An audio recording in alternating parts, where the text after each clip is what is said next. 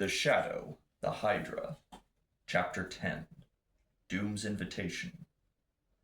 The moment that strife began, Commissioner Weston was quite sure that his friend Cranston had gone mad.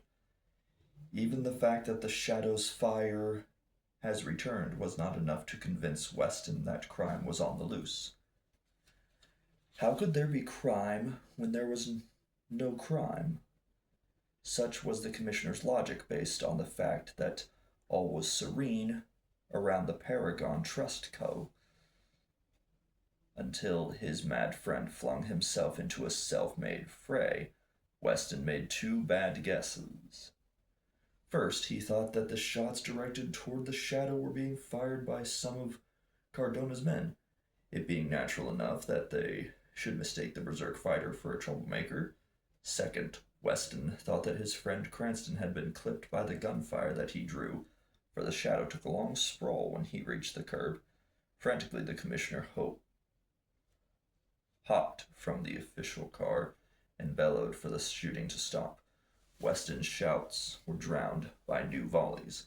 Not only were the Shadow's agents shooting at the fake tellers and their companions, Cardona and his squad were really in it, piling from across the street, loosing long-range fire at the men in gray.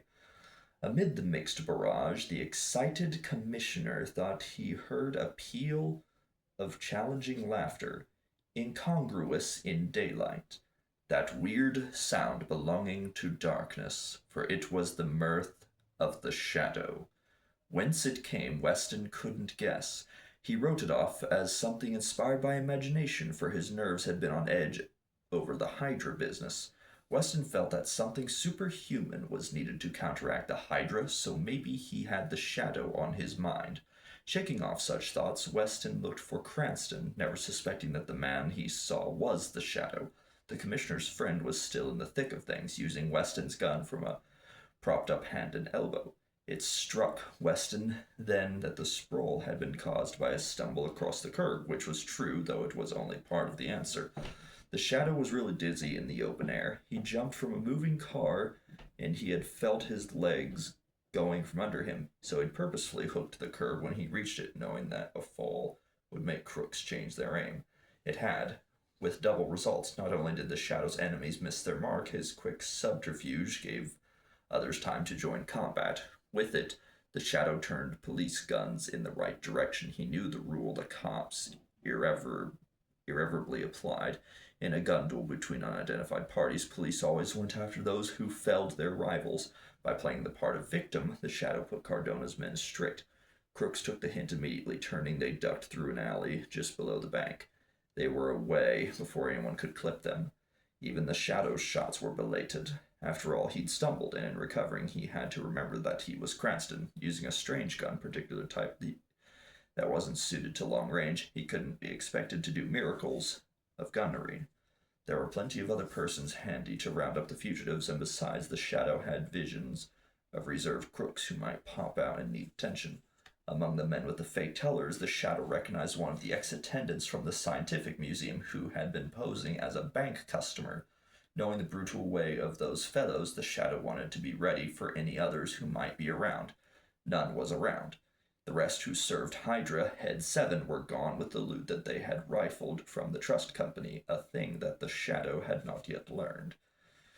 But when he saw the size of Cardona's squad with the armored trucks serving as mechanized units, the Shadow no longer worried over a counterattack. The thing to do was scour for the fugitives, 3 men in gray who looked like bank tellers, being the ones most easily marked. On his feet, the Shadow found himself gripped by Commissioner Weston.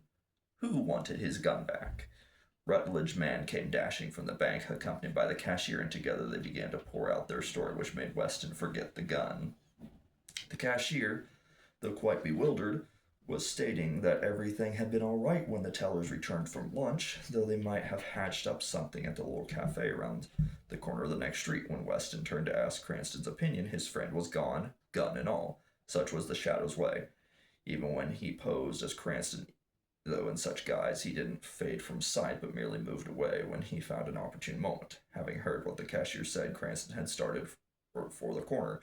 Around it he saw the cafe in question, a neat, though unpretentious eating place, the personnel consisting of proprietor and waiter were outside wondering about the shooting. They didn't notice the calm-faced customer who went past them, through the door, much faster than his strolling gait indicated.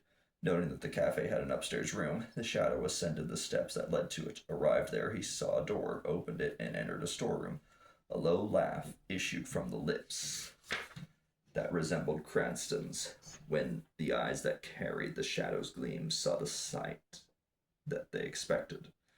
3 men wearing gray linen clothes were laying bound and gagged upon the floor. They were the real tellers, waylaid in their favorite eating place. That Crook's substitutes may take their place after lunch, but the shadow didn't release them. He preferred not to spoil their alibi. Footsteps were coming up from below. The shadow slipped behind the door as 2 men entered. The shadow recognized them as a pair who had been finishing lunch down in the cafe. One was for unbinding the prisoners on the chance that it would hurt their story. The other was more concerned about a stranger who just came upstairs. He was a tall guy, the fellow said, kind of important looking, at least as if he thought he was. Suppose he came in here. Why should he? Demanded the other. How could he know about those dopes? Where was he then? Answer me that. The shadow wasn't waiting for one man to answer the other. Out from behind the door he was poised, Weston's gun, to land it on the one Crook's skull as a starter. It would take a deft swing to score another knockout with Weston's stubby revolver. The poise lasted too long. A window shot open from the rear of the storeroom, revealing 2 men, a gray-clad Crook and an ordinary companion, both fugitives from the police chase.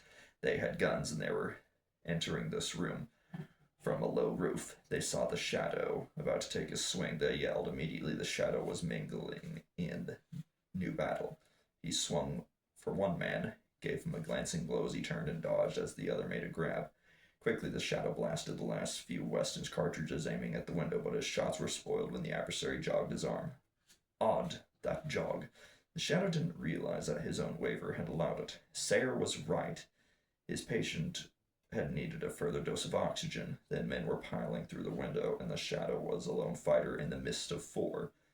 It was only fair to count the fellow that the shadow had partially slugged, for groggy though he was, the Crook didn't stagger much more than the uncloaked fighter. Luckily these thugs didn't know they were tackling the shadow. Or was it? If cloaked, the shadow could have given them a laugh. With a brace of automatics, his glancing strokes might have counted when they landed, thanks to the weight crooks who had mistaken his reeling strides for clever tactics, but in Cranston's guise, the shadow was just a meddler who needed attention of a permanent sort. One to another, the shadow's adversaries were snarling to give it. They weren't limiting the idea to their lone foe. They were meant to give it to the tellers, too. Men of the Hydra were in a mood for murder, now that their work was uncovered. With a wild lurch, the shadow carried grapplers with them. He took them in the one direction that counted toward the bound men on the floor. Those chaps could help, though they didn't know it. In fact, they were better bound than loose. Headlong, the shadow and his foemen went tripping across the prisoners. It was enough of a surprise for the crooks. Though his knees buckled, it kept giving with his swimming head. The shadow still had the strength enough and wits to roll from the pile-up that he caused. Then, with his head half buried in his arm, the shadow did deliver his famous laugh. Low, sibilant, it rose with sinister quiver. Its effect increased by the surrounding gloom. The muffled arm gave it a peculiar effect, that of a voice rising from a tomb. There being no tomb in this vicinity, the mirth could only have come from beyond the half-open door, which was where the crooks faced as they scrambled to their feet. Just as Weston had rejected Cranston as a giver of that laugh, so did the Hydra's men. To them the shadow was approaching menace, not one in their very midst. They shifted to take aim through the doorway. As they did, the shadow's hand pushed beyond the feet of a bound teller. Fingers stretching to their limit reached the door and pressed hard against its lower corner. The door creaked shut, exactly as if someone on the other side had chosen to draw it as a shield. Again the laugh, muffled more deeply in a coat sleeve. It was enough for men of crime.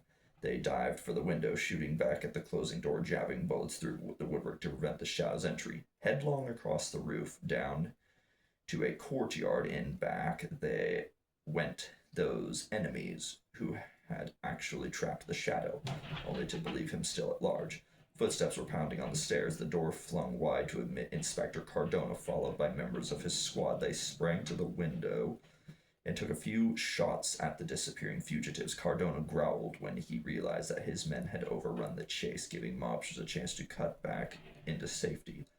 Then Joe took a look at the men on the floor. He was surprised to find Cranston among the bound tellers, but the very plight of the commissioner's friend, the fact that he'd blundered into trouble, was quite enough to divert any thoughts that he could be the Shadow. To add to that much desired impression, the Shadow thanked Cardona in a manner befitting Cranston. When Cardona's men helped the Shadow downstairs along with the released tellers, Weston met him and began to chide his friend. In Weston's opinion, Cranston's whole behavior had been an invitation to doom. The commissioner suggested that his friend return to the car and wait there until he felt better and more sensible.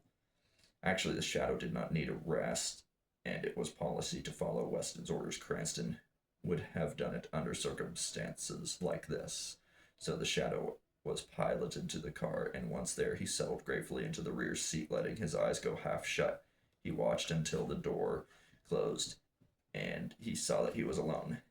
Then came an undertoned laugh, a mere echo of the Shadow's former mirth. It was thinking of Weston's term, an invitation to doom. Sometimes the commissioner could produce very apt expressions. This was one of them. An invitation to doom was exactly what the Shadow wanted, and he intended to get one from the Hydra.